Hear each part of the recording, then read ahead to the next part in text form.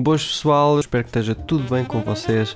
Já tinha saudades de fazer aqui um videozinho, isso é algo que me motivou a fazer este videozinho, é falar de um certo protagonista da qual eu apaixonei-me. Portanto, vamos falar um bocadinho de protagonistas e o porquê deste protagonista em específico estar a quebrar o molde e o porquê, vocês já devem ter adivinhado, ele provavelmente está na thumbnail e vamos falar um bocadinho sobre ele, está bem?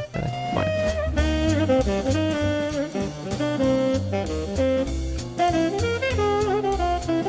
Há um tipo específico de protagonista que sempre me cativou muita atenção e este tipo de protagonista é o herói. Tal como o protagonista, o herói é o ponto fulcral de uma história e é uma personagem pela qual a audiência experiencia a narrativa. É a força motivacional que propela a história. No entanto, o que separa um protagonista herói de outros tipos de protagonistas é que o arquétipo de herói geralmente é alguém excepcional de algum modo ou que tem um objetivo excepcional. E este é o caso na maior parte das séries de demografia shonen.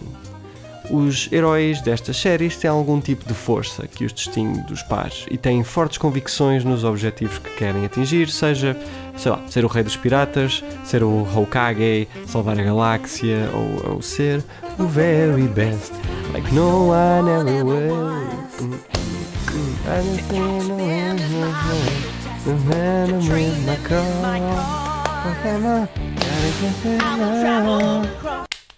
Peço desculpa, testei um bocadinho ali. Então, tudo é coisas que são objetivos tangíveis, certo?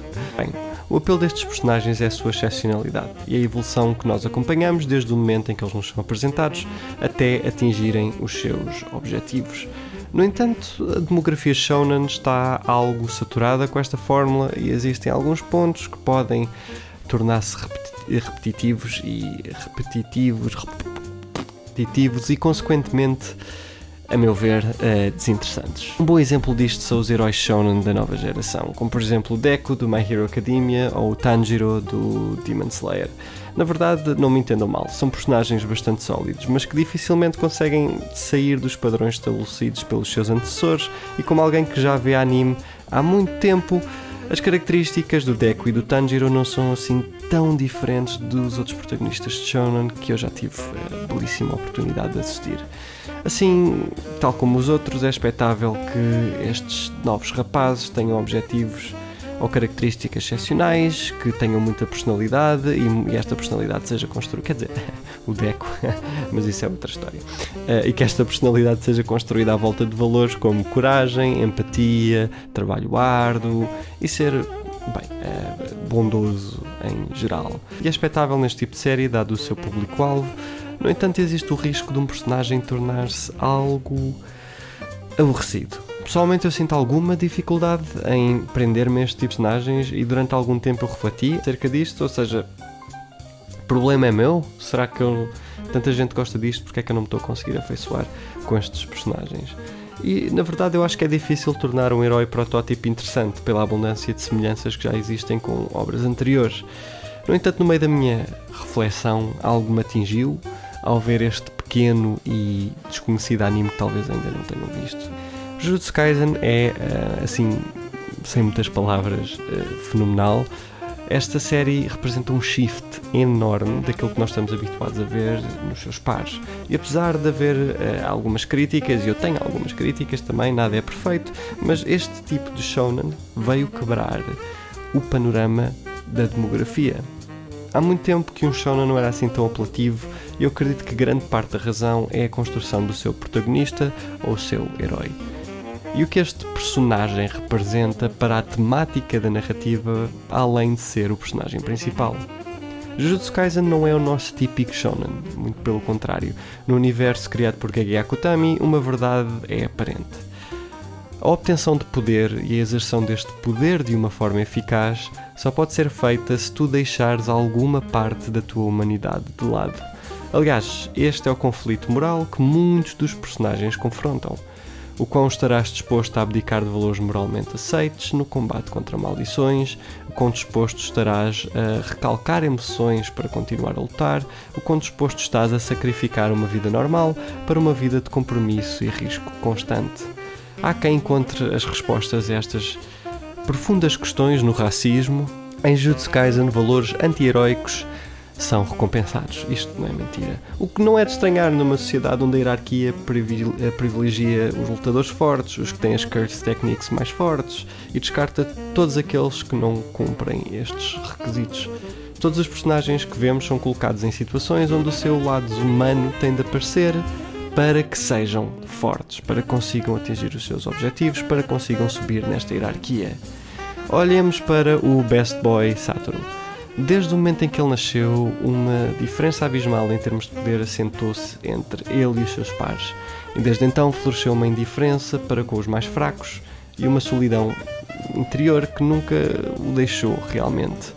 Mesmo com um character development bastante bom e mesmo apercebendo-se que o seu poder não é capaz de resolver tudo por si mesmo, e uma coisa excelente que é procurar uma solução diferente nas gerações futuras, esta solidão nunca o deixou. Principalmente depois de perder a única pessoa com quem criou uma relação, gay ou não, aí fica ao vosso critério. Lamento, mas vou deixar de ser o passivo, yaoi. O facto de ser colocado num pedestal numa sociedade onde o sucesso é medido por poder, acabou por torná-lo distante, frio dos outros. E apesar de compreender a fraqueza, é impossível colocar-se nos sapatos de alguém fraco.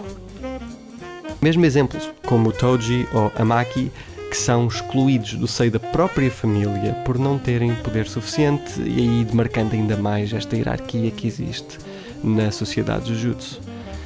Estes dois vão a medidas extremas, ignorando toda a sua humanidade, cometendo atos humanos, abandonando filhos, perdendo dinheiro todo em gamble e fazendo outras coisas assim mais de spoiler,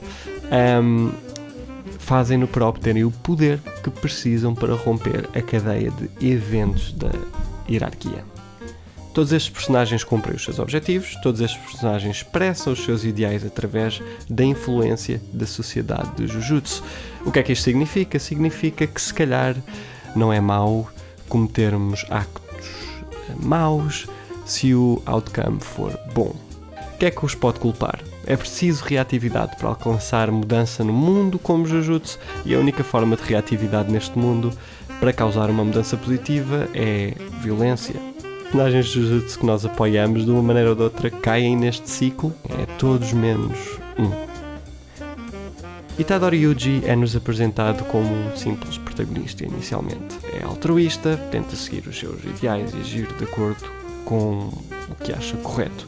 Durante toda a narrativa, Itadori não perde o seu lado humano, tal como outros protagonistas do género. Itadori tem uma bússola moral forte, é corajoso, tenta sempre ver o lado bom das questões. Não parece muito diferente do resto.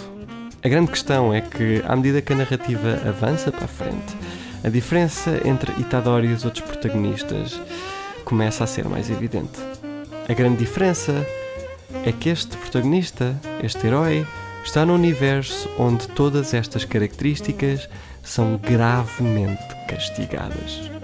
Em todas as arcas de Jujutsu, este personagem é confrontado com situações que o fazem refletir sobre os seus valores, que o tentam a esquecer a sua humanidade e a seguir o caminho dos seus pares, e que o punem sempre que ele recusa fazer isso. Ao contrário dos outros personagens que nós seguimos na série, dentro do seio da série, Yuji recusa-se a fazer uma mudança de acordo com os métodos do sistema que já está implementado. E se ele está a tentar destruir e desconstruir este sistema, então ele recusa-se a usar métodos que remetam ao sistema, que remeta à redundância. Itadori recusa-se a lutar fogo com fogo, basicamente, porque sabe que se o fizer, apesar de talvez conseguir mais eficazmente a mudança, sabe que trairia os seus valores nucleares e sabe que a longo prazo não funcionaria. Por muito que seja o caminho que pareça mais eficiente para a mudança, por muito que ele se questione acerca de se eu não estou a aderir a este caminho, será que estou a fazer bem ou mal, por muito que nós, como audiência, o desculparíamos se ele fizesse coisas como, sei lá, matar o Mahito, não sei, o que é que acham? Itadori não desce a esse nível. E acreditem, talvez fosse mais fácil para o próprio rapaz perder-se neste veneno de Jujutsu Kaisen. Aliás, Itadori é gravemente castigado sempre que tenta ser transparente, sempre que tenta ser honesto. Eu não vejo isto em mais shonen nenhum, pelo menos não assim tão vincadamente. O facto de ele se importar com a vida dos outros, o facto de ele tentar salvar o máximo de pessoas que consegue, o facto de ele estender a mão a todos os que precisam, é uma luta constante com o universo onde vive, em que inimigos e amigos estão sempre a seguir um caminho muito contrário ao dele. É uma luta para provar que os seus valores são mais fortes do que qualquer tentação por parte deste universo. E vamos ser sinceros, o inventário de skills dele, de jabs e pontapés, não são propriamente as técnicas mais excepcionais para proteger estes ideais, o que torna o seu trabalho ainda mais difícil. O seu conflito interno é constante, mas a sua consciência é teimosa. Ele recusa-se a perder o que é importante. Manter-se fiel ao que acredita, continuar a ajudar os outros e andar para a frente independentemente do conflito interior e independentemente da punição do mundo onde está. Itadori Yuji é cativante por estas razões e ele carrega aos ombros o peso da consciência e da sensatez num mundo que o castiga por isso. E é isto que o distingue dos outros pares de Shonen. Mal posso esperar para ver a sua evolução como personagem e espero que o Gege recompense o seu herói por se manter sensato e consciente numa história que privilegia quem descarta essas características. Bem, obrigado pela vossa atenção, pessoal. Queria deixar aqui este vídeo. Comentem, gostem, partilhem, subscrevam, façam todas essas coisas boas, ok? Vemo-nos no próximo vídeo. Grandes beijinhos. Tchau, tchau.